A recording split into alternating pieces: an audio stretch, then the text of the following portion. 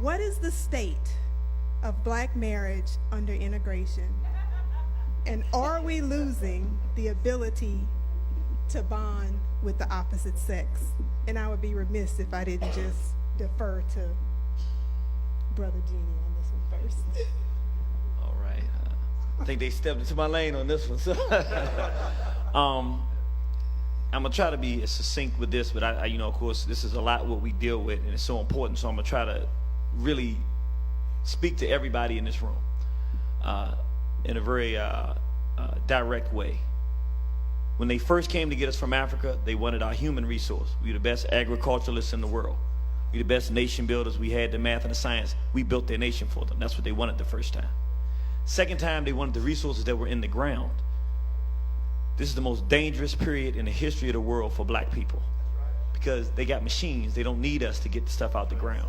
They want the land itself. They can move there. They had to cure the malaria, so they can live in that environment now.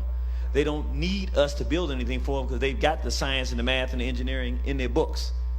So now the only thing is left is if we ever wake up and realize what they've done to us and decide that we're not going to allow this and rebuild ourselves, which means the end of their empire, the end of them.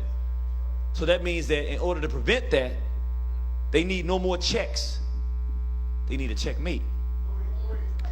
So they've done everything imaginable under the sun, at least I hope they have. I don't know, come up with nothing new. But to try to destroy us as a race of people. This is the first time on the chessboard, anyone that plays chess will understand what I'm talking about, where they have a potential checkmate. See, it's different when the things that they've done to us over the years, we've rebounded. But there's a reason. Because as long as you have a black woman, as long as the black woman is there, no matter, that's an ancient ancestral story. You can always rebuild a civilization, because no matter how much we've been destroyed, she can breathe life into the children. She can turn a weak man into a strong man, because when he fall in love with her, it ain't nothing that he won't do to make her happy. And if making her happy means building a nation or tearing another one down, he'll do whatever it takes to do it. So what they have understood is that they have calculated this properly. If they can get us to holistically give up the foundation of black family. I want you to understand what I'm saying. I'm not saying, they're getting us killing each other in the street. Yeah. But if a brother shoots a brother, he can turn his life around. How many of us have seen that happen? We have many members of the Nation of Islam, so we've seen that there's programs that can turn that around. Sisters have gone out, become prostitutes, or had the horrible things in life, but they've come back. But if in all of these situations, these are situations where as African people, as black people, we can still put the mother and the father in a home, and if they commit to raising children, we can recover. Here's the difference. In this situation, you got a checkmate.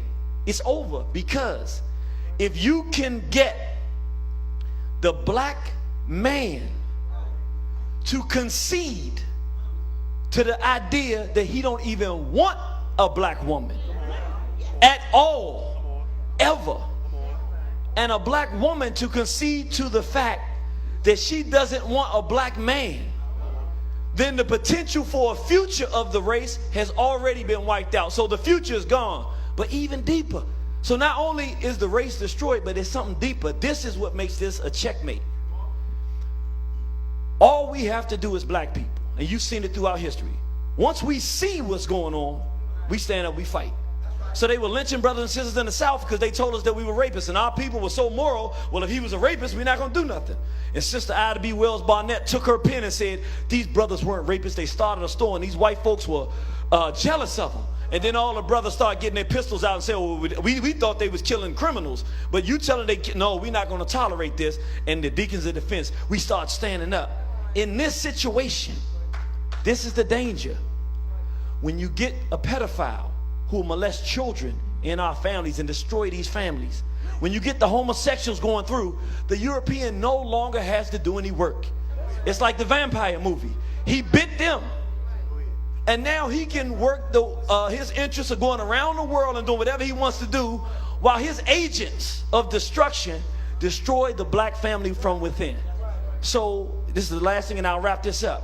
I would say it's not that this thing is more important than other things, because it's these other things don't exist. Our economic situation, all of these things exist. However, Who cares how many businesses your son has if he's a homosexual and won't give you no grandchildren?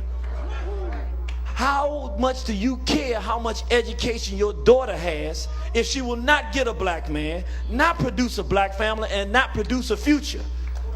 So if we don't look at this for what it is, it's death, it's the end of the game, and make a decision that we're going to purge. Everybody can't make it. We got to have some standards, and these are just basic. We don't even want nobody dating outside the race. But we definitely not going to let no men go with no men and women with women, or people mess with our children in our community.